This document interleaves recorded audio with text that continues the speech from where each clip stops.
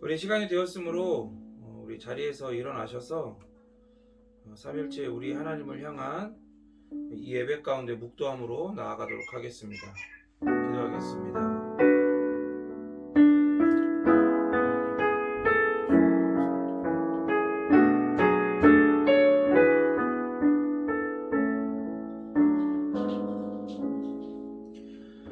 오라 우리가 굽혀 경배하며 우리를 지으신 여호와 앞에 무릎을 꿇자. 대저 저는 우리 하나님이시요 우리는 그의 기르시는 백성이며 그 손의 양이라. 너희가 오늘날 그 음성 듣기를 원하노라. 아멘. 하나님, 우리가 하나님의 양인데 우리가 정말로 하나님 앞에 양이 아닌 독사의 자식들이었음에도 우리를 양이라 부르시고 우리를 하나님의 양으로 예수 그리스도 그 목자 되신 그 구원의 메시아 앞으로 우리를 모아주심을 감사를 드립니다.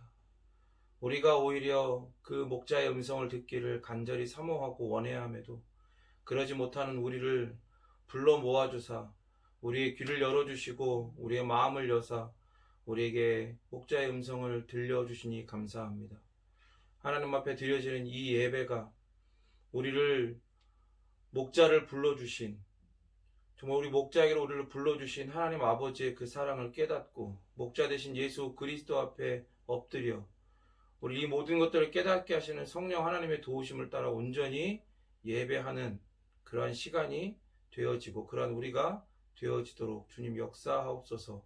거룩하신 예수 그리스도의 이름으로 기도드립니다. 아멘. 네, 우리 자리에 앉으셔서 사도신경으로 삼위일체 우리 하나님을 향한 우리의 신앙을 고백하겠습니다. 전능하사 천지를 만드신 하나님 아버지를 내가 믿사오며 그 외아들 우리 주 예수 그리스도를 믿사오니 이는 성령으로 잉태하사 동정녀 마리아에게 나시고 본디오 빌라도에게 고난을 받으사 십자가에 못 박혀 죽으시고 장사한 지 사흘 만에 죽은 자 가운데서 다시 살아나시며 하늘에 오르사 전능하신 하나님 우편에 앉아 계시다가 저리로서 산자와 죽은 자를 심판하러 오시리라. 성령을 믿사오며 거룩한 공회와 성도가 서로 교통하는 것과 죄를 사해 주시는 것과 몸이 다시 사는 것과 영원히 사는 것을 믿사옵나이다. 아멘. 우리 찬양 2장으로 삼위일체 우리 하나님의 이름을 높여드리겠습니다.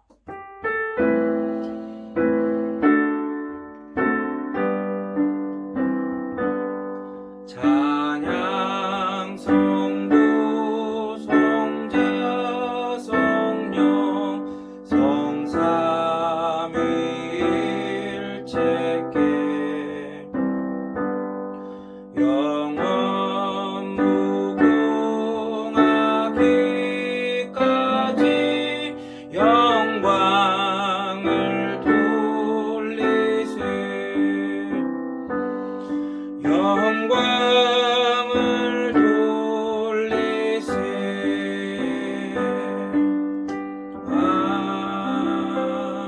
아멘. 십계명 말씀 같이 함께 읽도록 하겠습니다.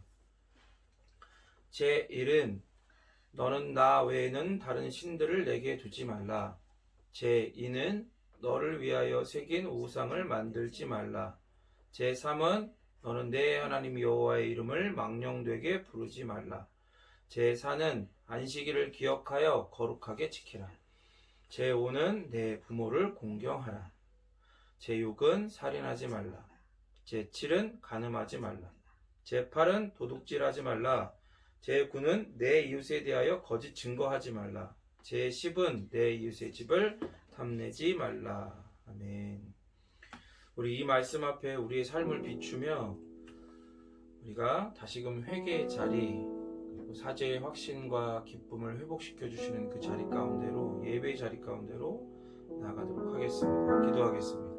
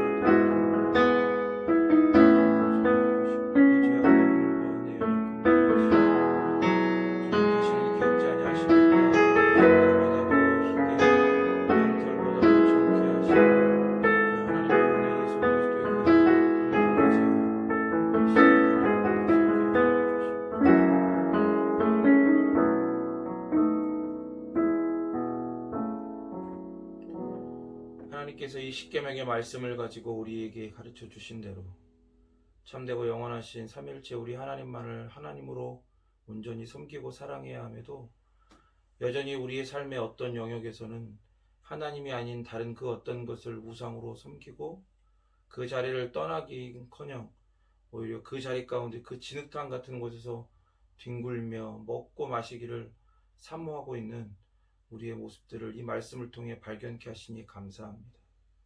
하나님, 우리의 이 죄악, 우리의 연약함, 우리의 이 허물들을 찢으시고 싸매시고 낫게 하여 주시기를 소원하오니 주여 말씀으로 예수 그리스도의 그 놀라우신 은혜로 우리를 정케하여 주시옵소서.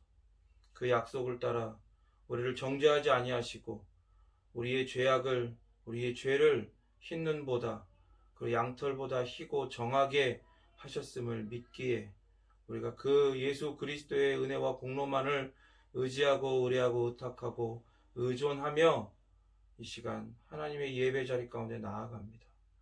우리 예배를 받으시고 오직 우리 가운데에 하나님의 놀라운 은혜, 주신 은혜들을 더욱더 깊이 발견하며 깨달아 누리게 하여 주시옵소서. 예수님의 이름으로 기도드립니다. 아멘. 우리 말씀 같이 함께 보겠습니다. 오늘 우리에게 주신 하나님의 말씀은 마태복음 12장 30절에서 37절 말씀입니다. 12장 30절에서 37절 말씀입니다. 우리 하나님이 우리에게 주신 이 말씀 받들어서 교독하여 읽도록 하겠습니다. 나와 함께 아니하는 자는 나를 반대하는 자요, 나와 함께 모으지 아니하는 자는 해치는 자니라.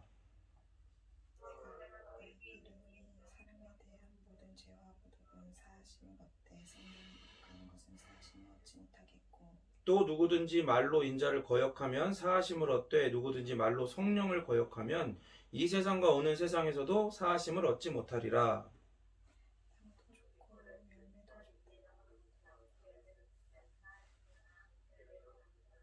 독사의 자식들아, 너희는 악하니 어떻게 선한 말을 할 수 있느냐? 이는 마음에 가득한 것을 입으로 말함이라.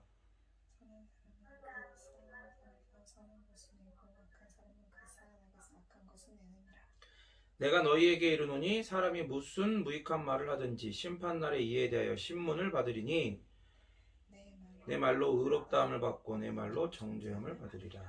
아멘. 아멘. 우리 지난주 본문의 제목이 당신에게 예수님은 누구십니까? 였죠. 당신에게 예수님은 누구십니까? 이번 주 본문, 이 마태복음 강의 92회째 이 본문의 제목은 예수님에게 당신은 누구입니까? 입니다. 따라해볼까요? 예수님에게 당신은 누구입니까? 예수님에게 당신은 누구입니까? 예, 오늘 말씀을 듣고 나면 여러분들은 이 질문에 답해야 합니다. 예, 이게 벗어날 수 없어요. 그죠? 지난주 참된 회심을 경험하지 못한 자들이 예수님을 오해하는, 아니 그런 오해를 넘어서 어떻게 예수님을 여기게 되는지를 아주 처참하게 봤어요. 그죠? 근데 이번 주는 그러한 바리새인들과 같은 자들을 예수님께서는 어떻게 평가하시는가, 어떻게 여기시는가, 이것을 본문을 통해서 살펴보도록 하겠습니다. 오늘 본문은 이 예수님의 축기 사역, 그 귀신을 쫓아내시는 이 놀라운 사역을 보고 바리새인들이 바알세불의 힘을 빌어서 한 것이라고 말을 했잖아요. 그러니까 그것에 대해서 이제 예수님께서 평가하시는 거예요. 그러니까 착각을 하는 거죠. 지들이 평가하는 그런 자리에 앉아가지고 항상 평가를 해대고 있다가 예수님까지도 말도 안 되는 어떤 그런 자기들의 욕망과 이기심과 어떤 질투와 어떤 그런 포르네스한 어둡고 악한 눈으로 그 예수님도 판단하고 있는 그런 자들을 예수님께서 지금 평가를 하시는 거예요. 판단을 하시는 거예요. 진정하고 영원하고 유일한 평가자이자 판단자이신 예수님이 평가를 내리시는 거다, 이 말입니다. 그러니까 바리새인들의 평가는 그런가 그러하지 아니한가 고민해 볼 필요가 있는 거죠. 사람이 한 거니까. 그런데 예수님은 절대자세요. 예수님은 참 하나님이시다, 이 말입니다. 그러니까 그 예수님의 평가는 그냥 그걸로 끝이에요. 이게 굉장히 무서운 거죠.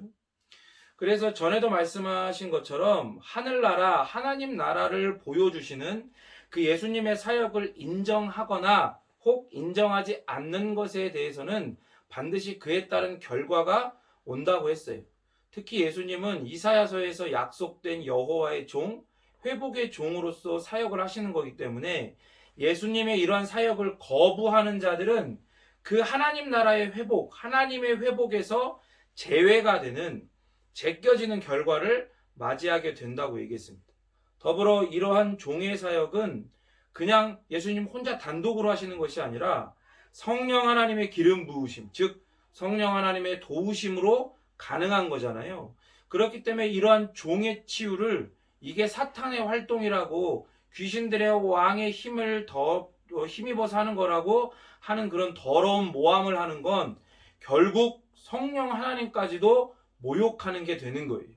그래서 본문은 얘기하죠. 이런 죄, 성령 하나님까지도 욕하는 죄는 용서받지 못한다라고 말씀을 합니다.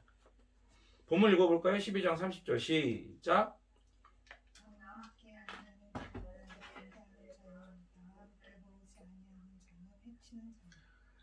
예, 30절은 사탄과 예수님의 싸움, 사탄의 나라와 예수님 나라의 전쟁을 떠올리게 하는 거예요. 니네가 나와 함께 안 하면 나를 반대하는 거다. 이 나라, 내가 가지고 온 나라와 반대편에 서서 나와 내 나라를 대적해서 싸우는 존재들이 되는 거다. 어떤 이런 전쟁을 떠올리게 하죠. 그래서 예수님과 함께 하지 않는 사람들은 다른 어디 뭐 중립, 뭐 스위스 같이 뭐 중립국이다 이런 게 아니라 그냥 사탄의 편에 서 있는 사람들인 거예요. 제자들은 예수님과 함께 하죠. 근데 그렇지 않은 사람들은 결국 반대편에 속할 수밖에 없어요. 이런가 저런가 이런 건 없다 이 말이에요. 이런가 저런가 긴가민가 하는 것 자체가 이미 하나님의 나라, 예수님의 나라에 속하지 않은 증거일 뿐입니다. 중간은 없어요. 예수님과 함께 있는 자들은 그래서 예수님께서 모으신 자들이에요. 왜냐하면 예수님을 알고 그분의 정체성을 발견하고 그분이 하시는 사역과 하나님 나라의 비밀을 사람이 스스로 깨달을 수 없기 때문입니다. 그래서 예수님께서 그것을 깨닫게 하시고 그 도움을 주시는 자들, 그래서 모으신 자들, 그런 자들이 예수님과 함께 있는 자들인 거예요. 그러니까 함께 하지 않는 자들은 여기 본문에서 얘기하는 것처럼 흩어진 사람, 해치는 사람이 된 거죠. 흩는 것, 이것은 부정적 의미겠죠. 당연히 흩어버리는 거. 이사야서에서도 그리고 유대교와 랍비 문헌들에서도 이 오실 메시아 다윗의 아들은 흩어져 있는 백성, 흩어져 있는 양을 모으러 오시는 그런 존재로 묘사가 돼요.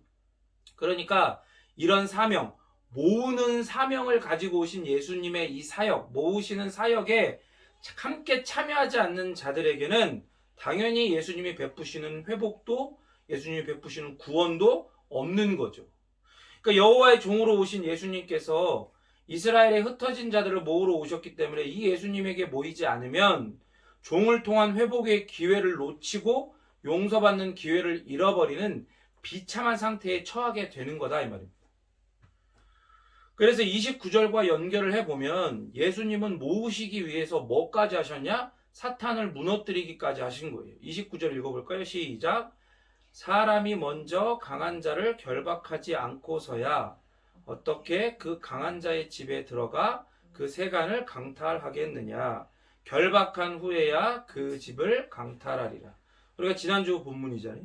그러니까 사탄의 집을 먼저 공격하는 거예요. 그래서 그 안에 매여있는 그 양떼들을 구원하시는, 그 양떼들을 다시금 모으시는 예수님의 편에 서야 한다고 오늘 본문은 말씀하고 있어요. 다시 한번 얘기하지만 따라하겠습니다. 중간은 없다. 중간은 없어요. 12장 31절 읽겠습니다. 시작. 그러므로 내가 너희에게 이르노니 사람에 대한 모든 죄와 모독은 사하심을 얻되 성령을 모독하는 것은 사하심을 얻지 못하겠고. 그렇죠. 원문은 이래요. 그러므로 나는 너희에게 말한다.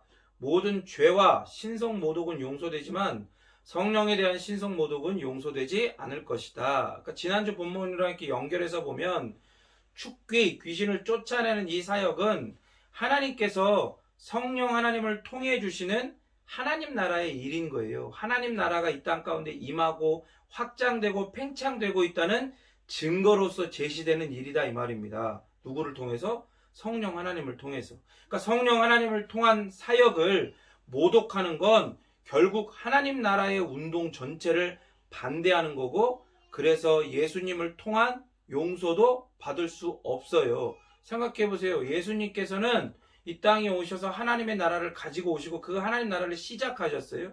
그래서 그 하나님 나라 안으로 사람들을 모으시는 거예요. 그죠?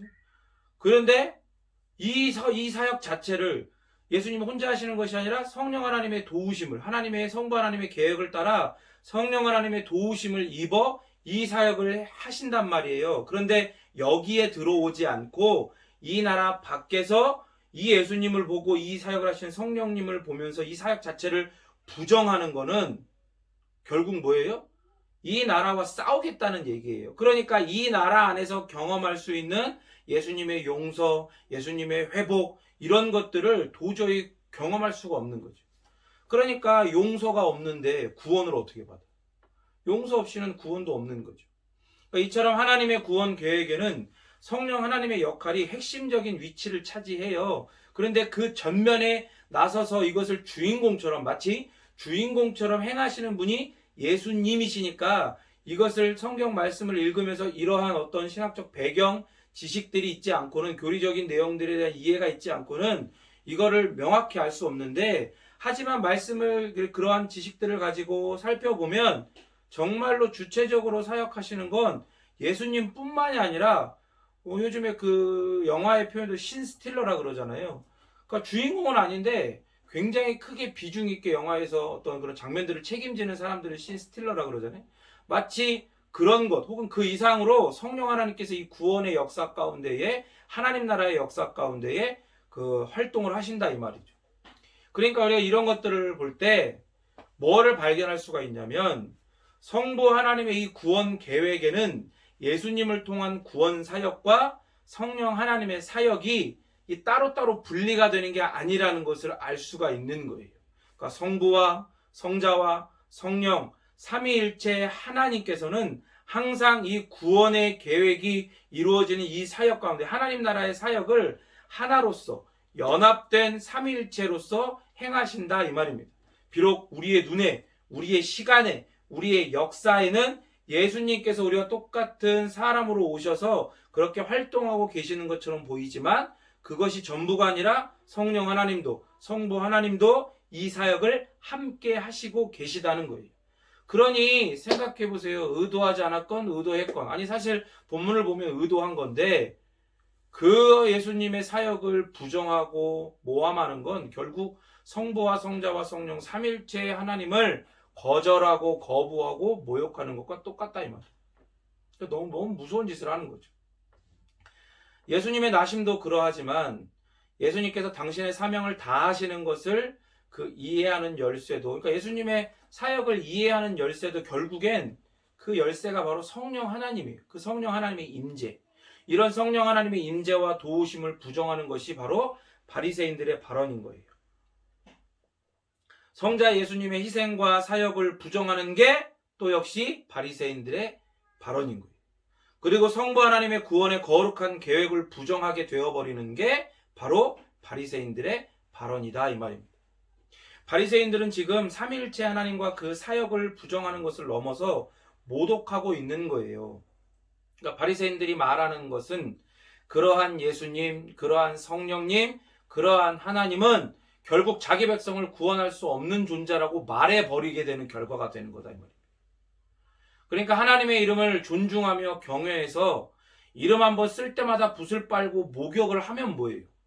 그 이름을 경외해서 가르쳐주신 이름을 안 쓰고 하나님이라는 이름이 나올 때마다 아도나이 아도나이 주님이라고 바꿔서 부르면 뭐 하냐고요. 지금 자기가 무슨 짓을 하고 있는지 알아야 되는 거예요. 근데 여러분 보세요. 이 말씀을 비춰 지금 이 시대를 살펴보면 교회가, 그리스도인들이 돈과 세력, 숫자 이런 거에 눈이 멀어서 하고 있는 짓을 보십시오. 간증을 하고 예수님을 주라고 부르는 거, 이미 와 계신 성령 하나님 뭐 초대합니다. 뭐 이러는 거. 그렇게 하면 뭐예요, 그게? 그게 무슨 의미가 있는지는 알고 하냐 이 말이에요. 지금 무슨 짓을 하고 있는지 알아야 된다 이 말입니다. 구원에 대해서 성부와 성자와 성령 하나님께서 연합하셔서 어떤 일을 하시는지, 정말 말도 안 되는 놀라운 일, 정말 경외할 일을 하고 계시는지를 알아야 되는 거예요.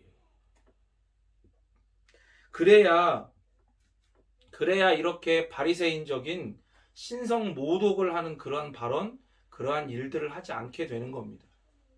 오늘 본문에서 이렇게 뭐라고 합니까? 성령을 모독하는 것은 사하심을 얻지 못한다라고 예수님이 말씀하셨다고 하니까 이걸 문자적으로 그대로 갖고 와가지고 지금 성령 하나님에 대해서, 예수님의 사역에 대해서도, 하나님 나라에 대해서도, 성부 하나님의 계획에 대해서도 이 모든 것에 대한 바른 이해도 없고 동의도 없고 믿음도 없는데 문자적으로만 이런 거 가지고 와가지고 은사주의자들이나 신비주의자 이런 사람들이 이런 문자적으로 갖고 왔고 지금 자기들이 하는 이 사역 가운데 동의하지 않고 동참하지 않으면 니네는 지금 성령을 모욕하는 거다. 지금 나를 통해 역사하고 계시는 성령님, 말은 그렇게 하지만 사실 그게 뭐예요? 내가 부리고 있는 성령을 너희들이 지금 모욕하고 있는 거다 라고 하는, 지금 미친 소리를 하는 거예요. 사람들이 그런 신성 모독을 하는 겁니다. 그 사람들이 그거를 그렇게 자기가 그런 말도 안 되는 이런 바리새적인 신성 모독을 하고 있다는 걸 몰라요. 오직 누가 역사하실 때만, 성령 하나님이 이렇게 성경을 따라 바르게 역사하셔서 성부 하나님의 계획을 따라 예수님이 이루신 모든 하나님 나라의 사역에 관련한 모든 은혜와 공로와 공덕과 은덕을 우리에게 전달하시고 선물하시고 적용하시고 우리 것으로 삼게 하실 때에 우리로 하여금 삼일체 우리 하나님의 이름에 합당한 인정과 존중과 영광을 돌릴 수 있게 하는 거예요. 32절 보겠습니다. 시작. 또 누구든지 말로 인자를 거역하면 사하심을 얻되 누구든지 말로 성령을 거역하면 이 세상과 오는 세상에서 또 사하심을 얻지 못하리라. 이 31절의 의미를 32절에서 더욱더 강조하죠. 마태복음은 이 시대나 오는 시대를 넣어서 성령 하나님을 모독하는 죄의 심각성을 강조해요. 더불어 이 시대나 오는 시대, 그러니까 확 와닿지 않아요? 오는 시대를 지금 우리가 살아가고 있으니까 무지에서 오해하고 모독하게 된 건 용서받아요. 아니, 용서받게 하시죠. 우리가 경험했잖아요.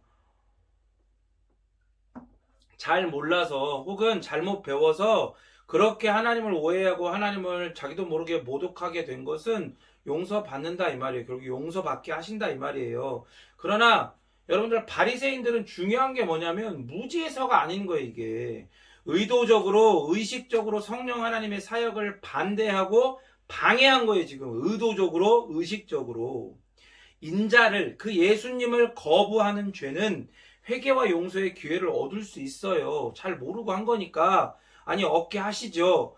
그 복음을 통해 결국 그 마음을 변화시키셔서 사도행전에 보면 우리가 어찌할꼬 고백하게 하시잖아요. 회개하게 하시잖아요. 그런데 성령 하나님을 거부하는 것은 어떤 거냐? 성령 하나님의 사역인 줄 알면서도, 그것이 진리라는 것을 알면서도 의도적으로 악의적으로 거부하는 거예요. 그게 바리새인들이 예수님께서 귀신을 쫓아내신 사건이 사실은 성령 하나님의 능력에 의하지 않고서는, 하나님의 권위에 의하지 않고서는 불가능하다는 것을 알았어요. 그럼에도 의도적으로 그걸 인정하지 않은 거예요. 성령을 거부하는 건 예수님의 말씀을 거부하는 것이기 때문에, 이게 예수님의 말씀과 사역 그리고 성령 하나님을 거부하고 모독하기까지 하는 죄가 되어버린다 이 말입니다. 사탄이 불법적으로 찬탈한, 뺏어서 지금 지배하고 있는 이 나라의 왕권을 지금 진짜 왕이신 예수님께서 오셔서 다시 되찾고 계시는 거예요. 그래서 예수님 앞에 귀신이 쫓겨나고 그 나라가 무너지고 있는 걸로 그 예수님이 지금 왕권을 다시금 수복하고 계시는 게 보여지는 겁니다. 이걸 눈앞에서 보고도 새로운 왕권, 새로운 질서가 이제 시작되고 있는 것을 지금 눈앞에 보고도 이것을 사탄의 일이라고 지금 해버린 거예요. 지금 회개할 기회를 스스로 걷어차 버리고 사람들도 그렇게 만들어 버린 거다 이 말이에요. 이게 중요한 거예요. 자기도 걷어차고 사람들도 걷어차게 만든 거예요. 그러니까 이게 지금 이렇기 때문에 예수님께서 유일하게 저주하신 그런 부류의 사람이 바리새인들인 거예요. 자신만이 아닌 자신을 따르는 모든 사람들까지 이런 새 질서, 새 왕권에 대항하는 반역 죄인을 만들고 있는 거예요. 우리가 잘 아는 것처럼 모든 나라의 역사를 살펴보면 모반을 꾀하고 반역한 사람은 그 사람만 죽는 게 아니라 3대 심지어는 9대를 멸해요. 무덤에 묻혀있는 그 사람의 조상 9대까지 쫓아 올라가고 다 부관 참시한다 이 말이에요. 그렇게 이 땅에서의 어떤 그런 모반죄도 반역죄도 크게 다루는데 그 영원한 왕권에 대항하는 반역죄인들은 어떠한 처분을 당하겠습니까? 그러니까 예수님, 새로운 왕, 진짜 왕이신 예수님께서 이렇게 화가 나실 수밖에 없고, 그러니까 성령 하나님, 영원한 왕의 영원한 영이신 성령 하나님께서 화가 나실 수밖에 없고, 그러니까 성부 하나님, 왕권을 회복하는 거룩한 계획을 세우신 하나님께서 화가 나실 수밖에 없는 겁니다. 그래서 이제 이러한 이해들을 31절, 32절의 이해들을 가지고 33절을 읽어보겠습니다. 시작! 나무도 좋고 열매도 좋다 하든지 나무도 좋지 않고 열매도 좋지 않다 하든지 하라. 그 열매로 나무를 아느니라. 그렇죠. 이 말씀은 굉장히 자연적이잖아요. 그죠? 또 나무가 좋으니까 좋은 나무가 좋은 열매가 맺히고, 나무가 상태가 안 좋으면 당연히 상태 안 좋은 열매가 맺히죠. 상식적이란 말이에요. 그리고 실학서라고 하는 유대의 지혜 문헌에도 이 내용들이 나와요. 이런 표현들이. 하지만 여러분, 이 말씀을 하시는 분이 지금 예수님이시잖아요. 그러니까 이 말씀은 예수님의 또 다른 말씀을 떠오르게 합니다. 요한복음 15장 5절 읽겠습니다. 시작! 나는 포도나무요, 너희는 가지라. 그가 내 안에 내가 그 안에 거하면 사람이 열매를 많이 맺나니 나를 떠나서는 너희가 아무것도 할 수 없습니다. 그렇죠. 예수님은 우리의 좋은 나무, 포도나무시죠. 그리고 우리는 그에게 접붙여진 가지예요. 우리가 그에게 접붙여진 것은 우리의 공로가 아니라 완전하게, 우리의 전혀 공로가 없이 완전하게 성령 하나님 덕분입니다. 성령 하나님의 도우심으로만 말미암아 우리는 예수님께 접붙여지는 거예요. 그리고 그 안에서 우리를 접붙여 주신 성령 하나님의 도우심으로 여전히 우리는 좋은 열매를 맺을 수 있어요. 그러니까 접붙여진 거는 우리 성령 하나님의 도우셔갖고 접붙여졌지만 열매는 니네가 맺어야 돼 이게 아니라 그 안에서 여전히 성령 하나님의 도우심으로만 말미암아서 우리가 좋은 열매를 맺을 수 있습니다. 여기에 예외는 없어요. 마치 의인은 없나니 하나도 없는 것처럼 성령 하나님으로 말미암아 접붙여진 사람 외에는 예수님에게 접붙여질 사람이 없고, 성령 하나님이 도와주셔서 맨 그 열매를 맺게 하는 거 말고는 자기 스스로 열매를 맺을 수 있는 존재가 없다 이 말입니다. 그래서 이 열매는 성화라고 불리기도 하고, 하나님 사랑, 이웃 사랑이라고 불리기도 하고, 성령의 9가지 열매라고 불리기도 하는 겁니다.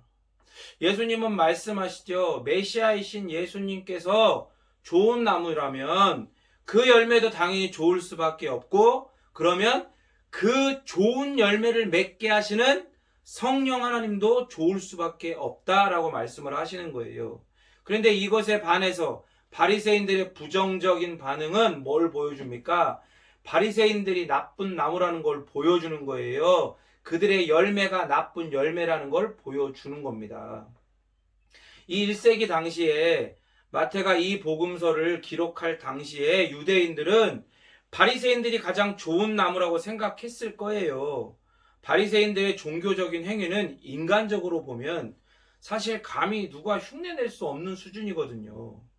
그렇지만 하나님께서 평가하시는 열매는 여러분 종교적 행위가 아닙니다. 다시 한번 말하지만 하나님께서 열매를 평가하실 때 하나님이 좋은 열매라고 평가하시는 그 열매는 절대로 종교적인 행위가 아니다 이 말입니다. 오직 예수님을 통한 성령 하나님의 사역, 그 구원의 사역, 하나님 나라의 사역에 대한 그 반응만이, 그것만이 하나님께서 좋은 열매다라고 평가하시는 열매인 거예요. 그러니까 성령 하나님을 모독하는 이들의 반응은 하나님 보시기에 완전히 나쁜 열매입니다. 그래서 여러분, 이 모든 것들을 가지고 이제 예수님은 선언하십니다. 34절 읽겠습니다. 시작. 독사의 자식들아, 너희는 악하니 어떻게 선한 말을 할 수 있느냐? 이는 마음에 가득한 것을 입으로 말함이라. 그렇죠. 독사의 자식들아. 나쁜 나무라고 하신 것도 성이 안 차요. 이제 바리새인들을 향해서 독사의 자식들아, 게네마테 에키드논이라고 꾸짖으세요.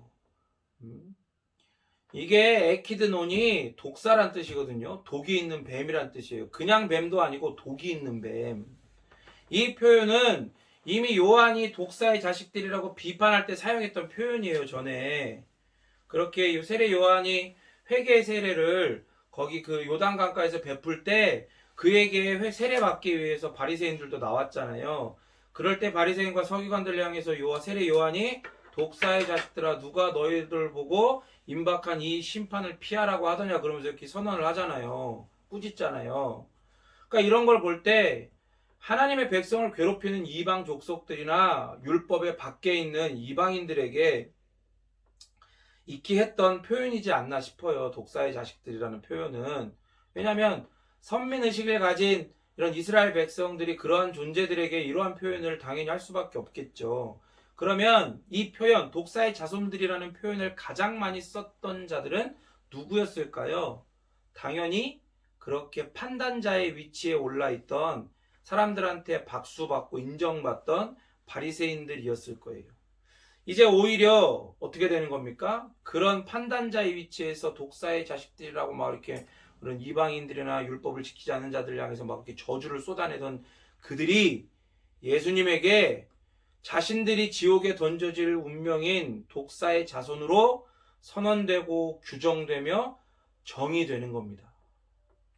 이게 여러분 무서운 거예요. 그냥 끝났어. 아, 정말 너무 무서워요. 예수님의 말씀은 그 예수님의 정체성의 무게와 같은 무게를 가져요. 그렇기에 이 말씀은, 이 선언은 너무나 무서운 선언입니다. 예수님에게 바리새인들은 독사의 자식들인 거예요. 자손들인 거예요. 본문이 말합니다. 나쁜 나무가 나쁜 열매를 맺는 것처럼 바리새인들은 악하기 때문에 선한 말을 할 수가 없다고 얘기해요. 33절에서 원문은 이렇게 말합니다.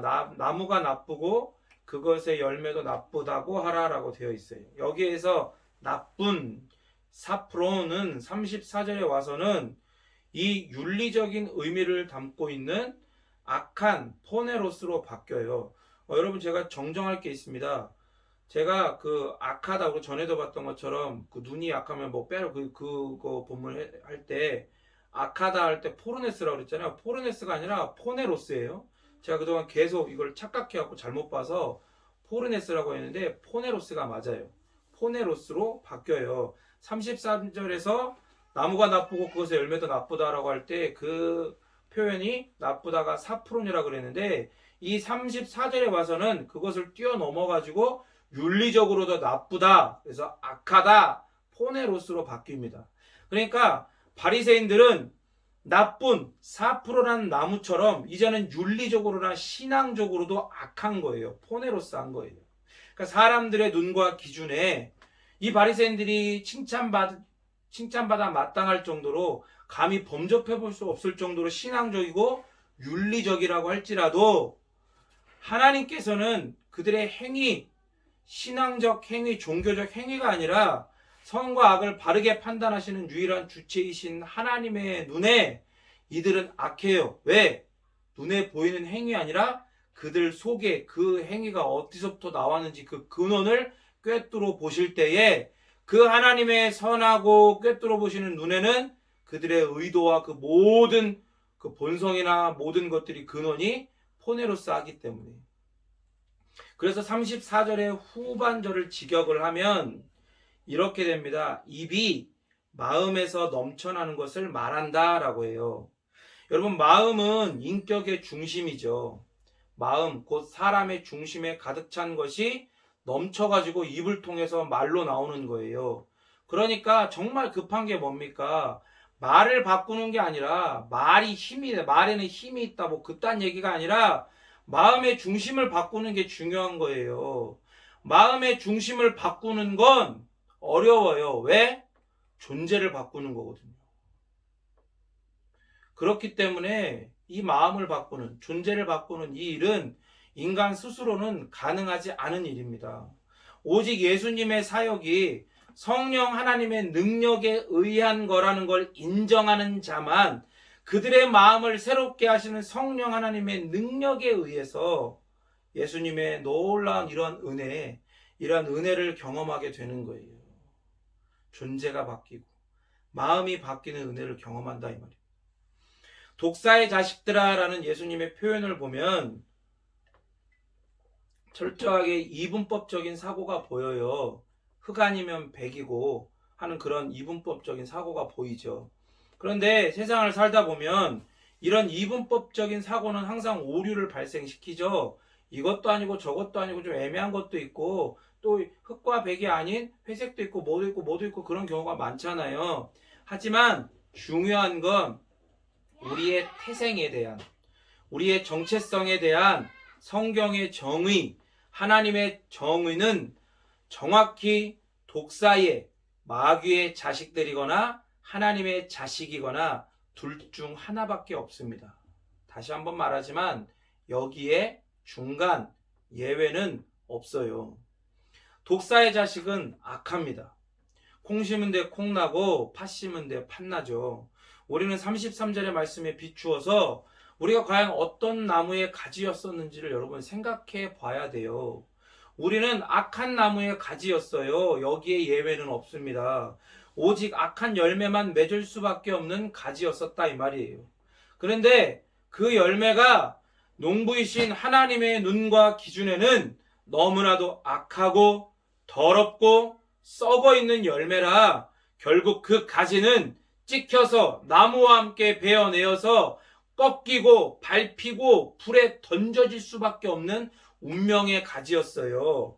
누가요? 우리가요. 그런데 성령 하나님의 도우심을 따라 하나님 나라의 사역을 하시는 예수님, 그 거룩과 의와 평화의 나무에 접붙여진, 그 긍휼의 나무에 접붙여진 가지가 된 거예요. 성령 하나님의 도우심을 따라요. 오직 농부 되신 성부 하나님께서 당신의 계획을 따라 우리를 접붙여 주셨어요. 그러니까 우리가 나쁜 나무, 마귀라는 나무에 붙어 있는 가지였었는데 그런 우리를 꺾고 베어내고 밟고 불태우시는 것이 아니고 성부와 성자와 성령 삼위일체 하나님의 그 거룩한 구원의 계획을 따라 그 구원의 사역을 따라 우리를 예수 그리스도라고 하는 영원한 포도나무 가운데에 그 좋은 나무 가운데 우리를 접붙여 주셨다 이 말입니다. 악하디 약한 포네로스한 가지였던 우리를 선한 말이 아닌 악한 말만 할 수밖에 없던 우리를 그 마음의 악한 것들, 자기의, 자기 공로 혹은 대상이 잘못된 신앙 고백 등으로 가득 차 있던 우리를 하나님의 포도나무 되신 예수님에게 접붙여 주셔서 우리로 하여금 선한 하플루스한 가지가 되게 하시고 악한 말이 아니라 선한 말, 예수님과 그가 가지고 오신 하나님 나라 그리고 성령 하나님에 대한 말, 그러한 선한 말, 선한 고백을 할 수 있게 하신 거예요.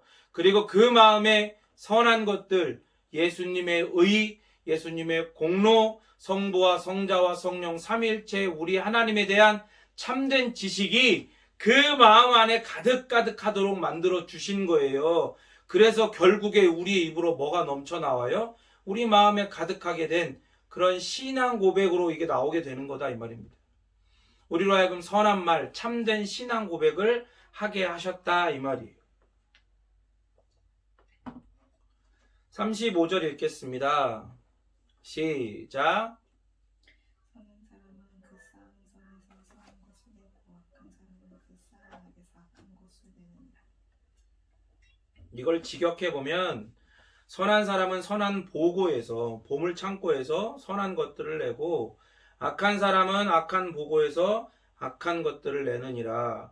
33, 34절에 마음이 이제 35절에 와가지고는 보물, 세사우로스라고 하고 혹은 보고, 보물 창고 이런 걸로 바뀌어요.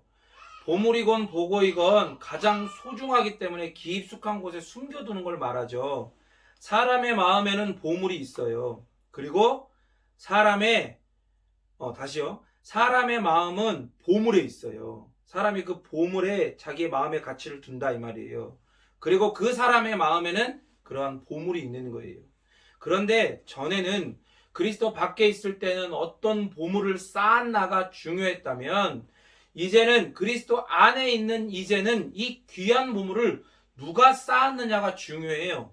그러니까 바리새인과 같이 악한 나무에게 붙어있는 가지였던 그런 정체성을 가졌을 때에는 내가 계속해서 뭔가를 쌓아야 되잖아요. 내가 쌓아야 되는 거예요. 내가 가치 있게 여기는 걸 계속 쌓아야 돼. 그래서 이거를 많이 쌓아야 하나님이 정하신 커트라인을 넘어서 하나님의 의를 선물로 받고 그 의를 쟁취해서 하나님의 나라에 들어갈 수가 있는 거예요. 구원받을 수가 있으니까. 그래서 그 전에는 사실 되도 않는 건데 가능성도 없는 건데 착각하고 오해해서 이 보물을 쌓느냐 얼만큼 쌓느냐가 나에게 중요했어.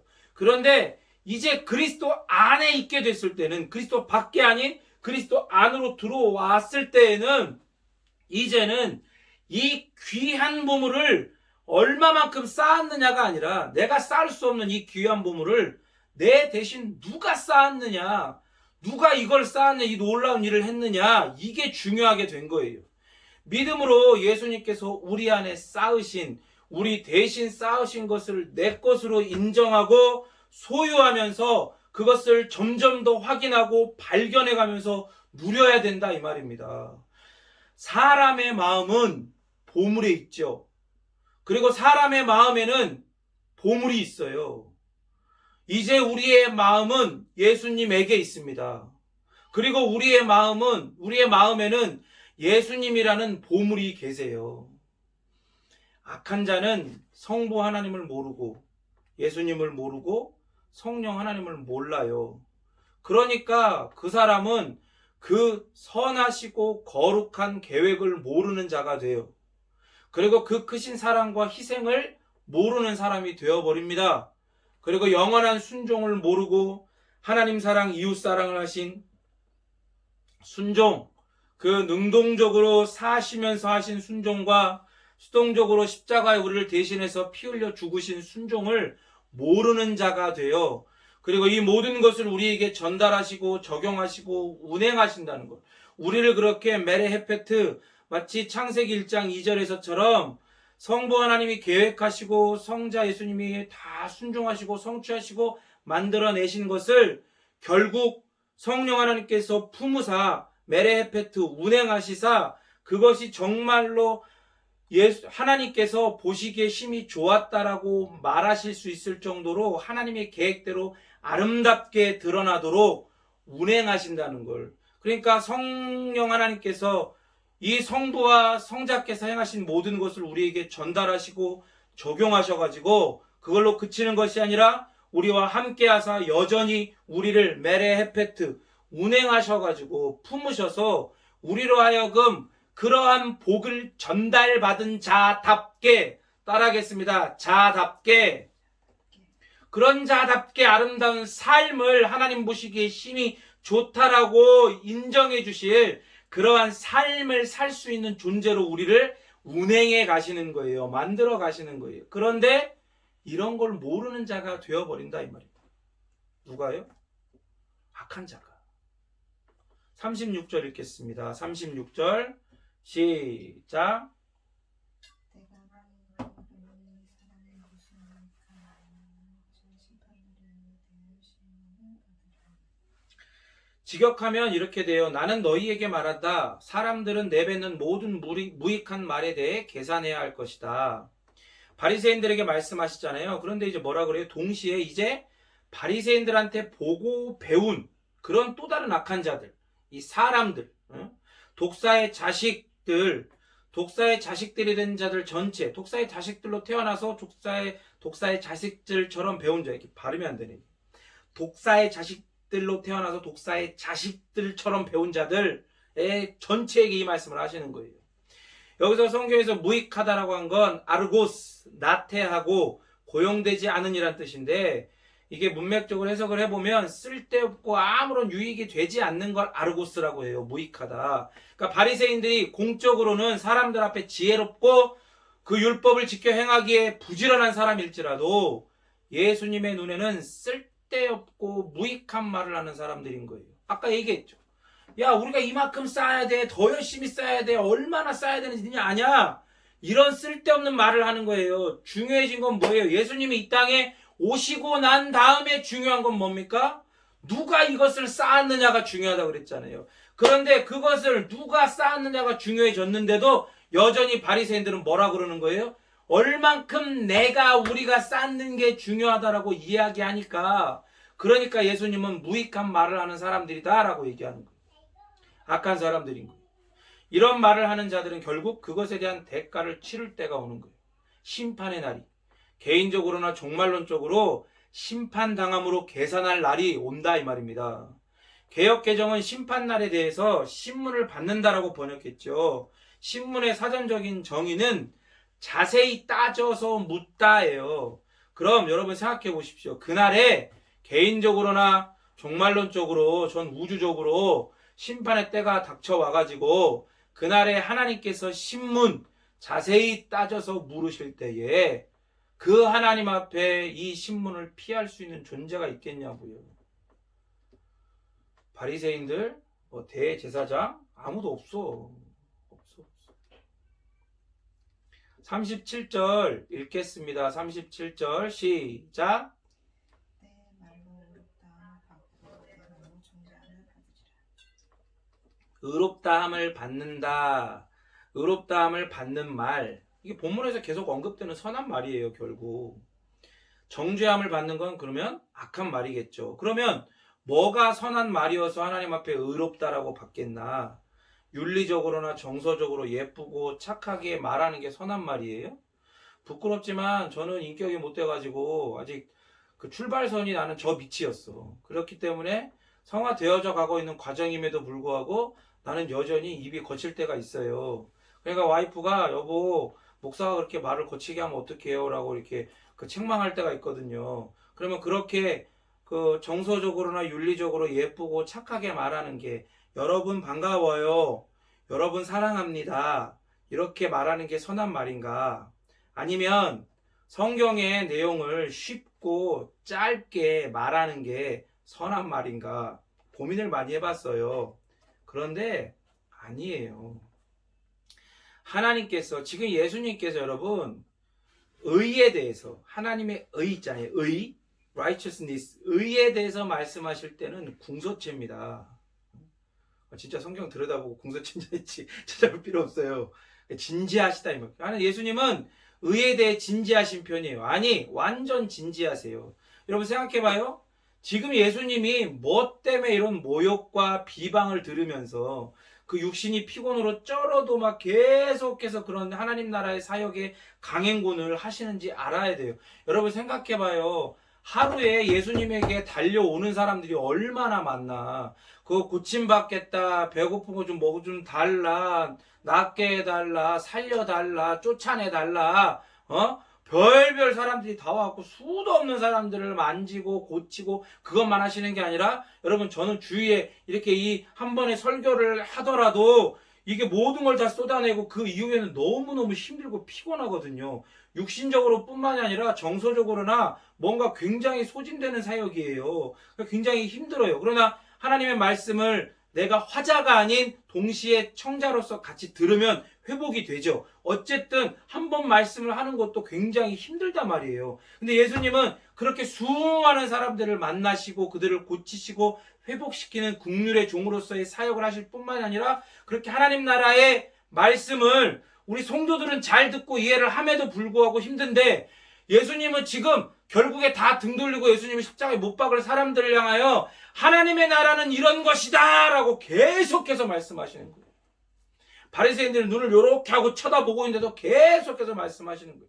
얼마나 힘드시겠어요. 그런데 왜 예수님께서 이런 일들을 하시냐고요. 포기하지 않고 멈추지 않고 끝까지 하시고 끝까지 사랑하십니까? 결국 하나님의 의예요.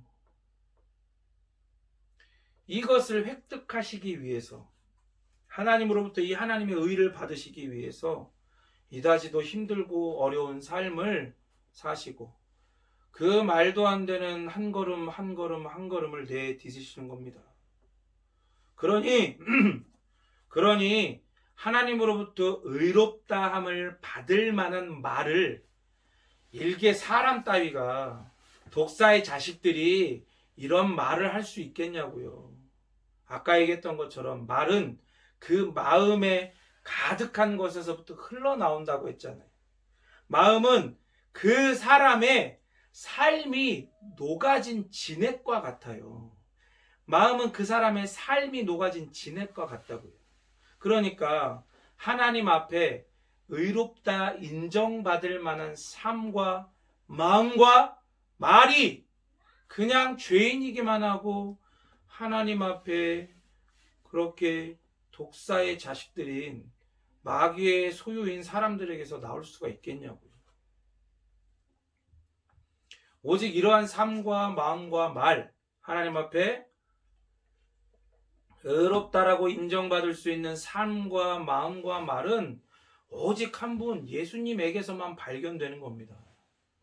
그러면 하나님의 심판과 신문 가운데에 의롭다함을 받을 말을 하려면 어떻게 해야 돼? 그러면 어쨌든 예수님이 하신 거는 예수님이 하시니까 이렇게 하고 예수님이 받지만 우리는 어떡하냐고요. 우리는 다시 말하지만 그러한 마음, 그러한 삶이 있어야 되는 거예요. 말만 하는 게 아니라.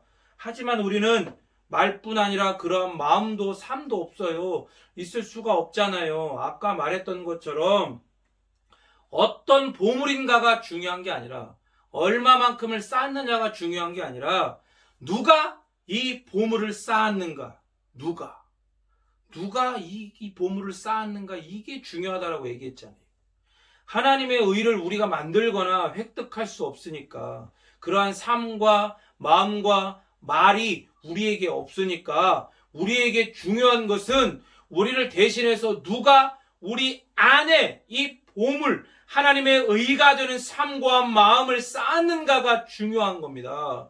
오직 예수님이죠. 오직 예수, 다른 이름은 없어요. 이 이름만 우리에게 주셨다 이 말입니다. 천하 만민 가운데에 구원을 얻을 만한 이러한 삶과 마음을 우리 안에 쌓을 만한 이름을 예수 그리스도 외에는 주신 적이 없다라고 말씀하셨어요.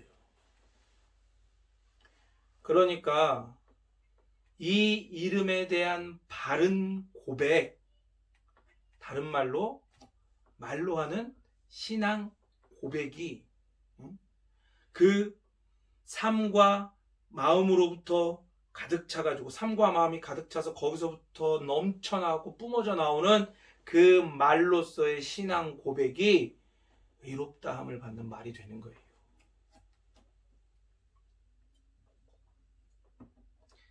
그러니까 예수님에 대한 바른 신앙 고백은 하나님께서 예수님의 삶과 마음을 우리의 삶과 마음으로 인정해 주신 결과인 겁니다. 여러분 천천히 다시 한번 생각해 보세요.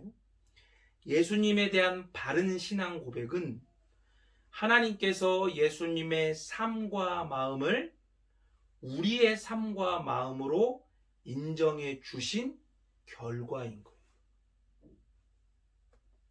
얼마나 은혜가 되는지. 그렇게 인정받았기 때문에 우리 안에 예수님의 삶과 마음이 쌓아졌기 때문에 거기로부터 의롭다함을 받는 말, 그러한 신앙 고백이 쏟아져 나오는 거예요. 더불어 이 일을 계획하시고 가능하게 하신 성부와 성령 하나님에 대한 바른 신앙 고백까지 하게 하신다 이 말입니다. 여러분 다시 한번 묻겠습니다. 설교를 쭉 들으면서 본문을 살펴보면서 예수님에게 당신은 누구입니까? 이 외면할 수 없고 중간에 설 수 없는 이 질문 가운데 여러분 대답하셔야 돼요. 인자를 거역하였으나 사하심을 얻은 자입니까? 아니면 여전히 성령을 모독하는 자입니까? 좋은 나무에 접붙여진 좋은 열매 맺는 가지 같은 자입니까?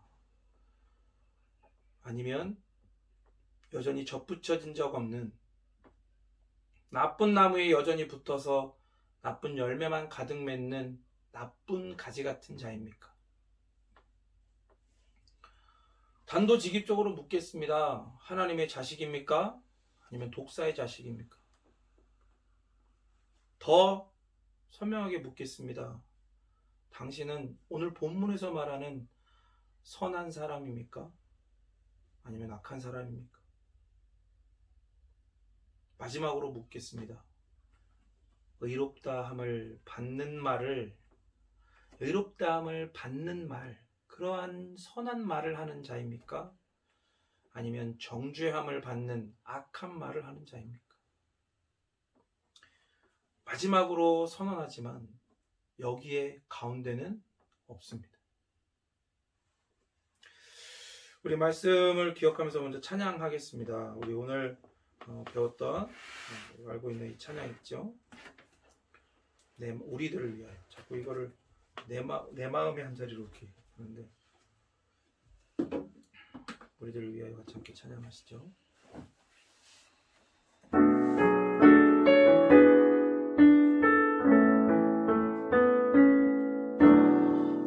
우리들을 위하여 십자가에 못 박혀 모든 죄를 용서하사 의인 삼아 주신 주 어떤 일이 있어도 나를 버리지 않고 죽기까지 사랑하신 나의 귀한 예수님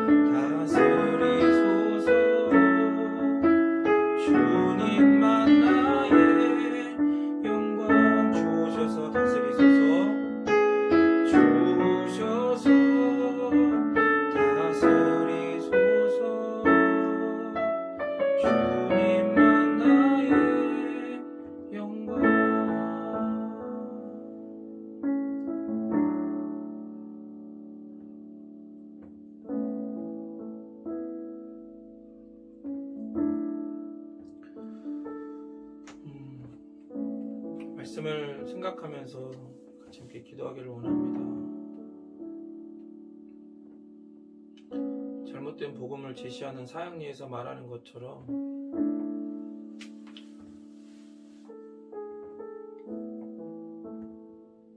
예수님이 우리 안에 들어오셨지만 여전히 마음의 보좌에는 우리가 앉아있고 그 예수님은 우리 마음의 가장자리 가운데에 있는 그러한 사람은 없어요.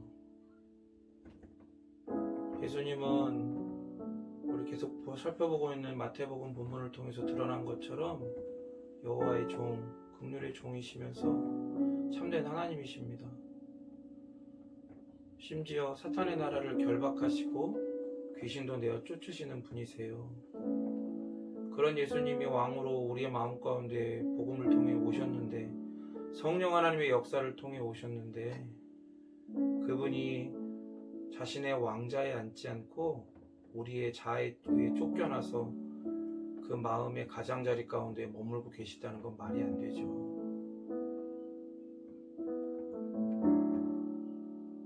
예수님이 우리 마음의 보좌의 중심에 앉으셨는데도 고개 돌리고 우리가 앉아서 여전히 내가 왕이다라고 착각하고 있는 건 있을 수 있겠죠. 다시 한번 묻겠습니다. 여러분에게 예수님은 여러분 밖에 계십니까? 아니면 여러분 마음의 중심에 앉아 계십니까? 여러분은 여러분이 쌓은 선, 여러분의 어떠함을 의지해서 하나님 앞에 나아갑니까? 아니면 여러분 안에 놀라운 하나님 앞에 의롭다 여길 만한, 인정받을 만한 그런 선함을 쌓으신 예수님만을 온전히 의지하고 의뢰하고 부탁하며 의존합니까? 이 시간 같이 함께 기도하실 때에 예수님, 지난주 나에게 예수님은 이런 분이십니다 고백했습니다. 이제는 예수님에게 나는 독사의 자식이 아니라 선한 자녀, 하나님의 자녀라고 인정받았음을 깨닫고 믿고 고백하게 해주세요. 그리고 그러한 삶을 살 수 있도록 성령 하나님 도와주십시오. 그렇게 같이 함께 기도하도록 하겠습니다.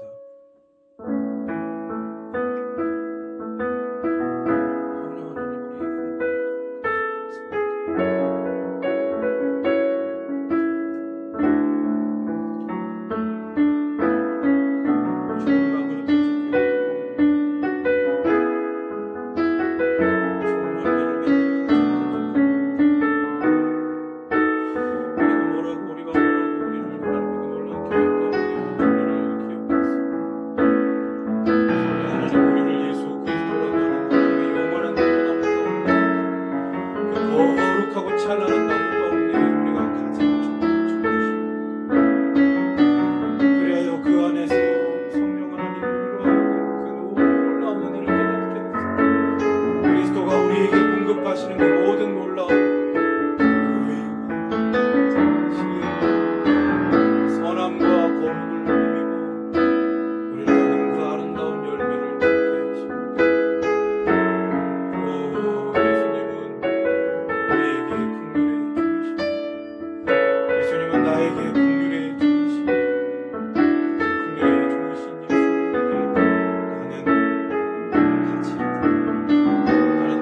예수님에게 가지라고 하셨기에 내가 주님께 붙어있는 묻혀진 가지라고 했습니다. 주님께서 그렇게 인정해 주시기에 나는 하나님의 자녀입니다. 독사의 자식이 아니라 마귀의 자식이 아니라 이제 나는 완전하게 예수님만큼 하나님의 자녀임을 고백합니다. 하나님의 자녀답게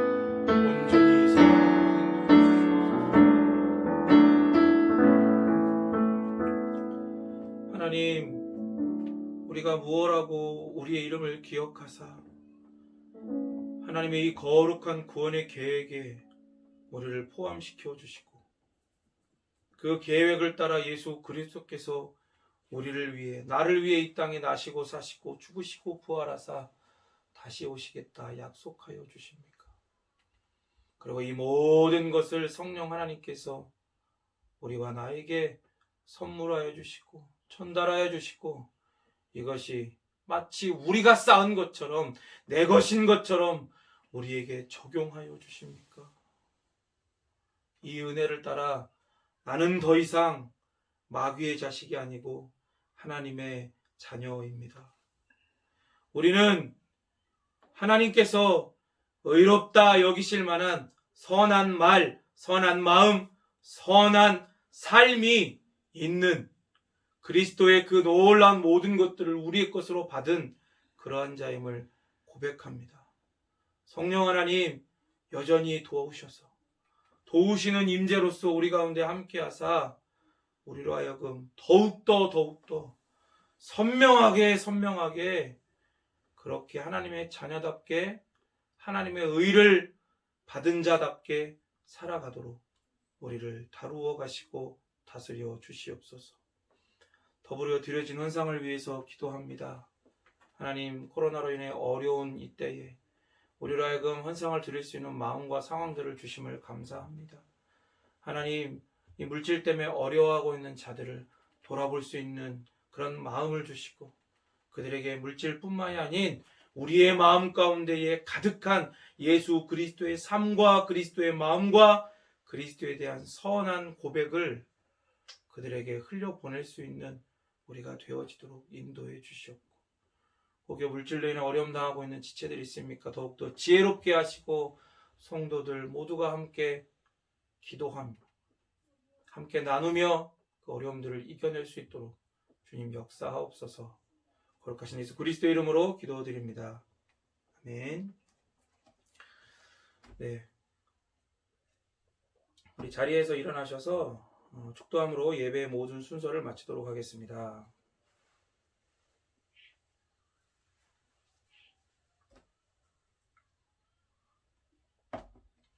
기도하겠습니다. 지금은 우리를 죄에서 구원하여 주신 예수 그리스도의 그 은혜와 성부 하나님의 놀라우신 사랑하심과 성령 하나님의 내주교통 역사하심의 은혜가 참으로 우리 안에 계신 그리스도께서 쌓으신 그 삶과 마음이 우리의 마음이고 우리의 삶이라고 인정하며 고백하고 그렇게 하나님 앞에 의롭다 여기실 만한 선한 말, 선한 신앙 고백을 하기를 소원하는 우리 베이직교회 모든 지체들 머리 위에, 그리고 우리가 기도하고 있는 개인과 공동체들 머리 위에 이제로부터 영원토록 함께 계실지어다. 아멘.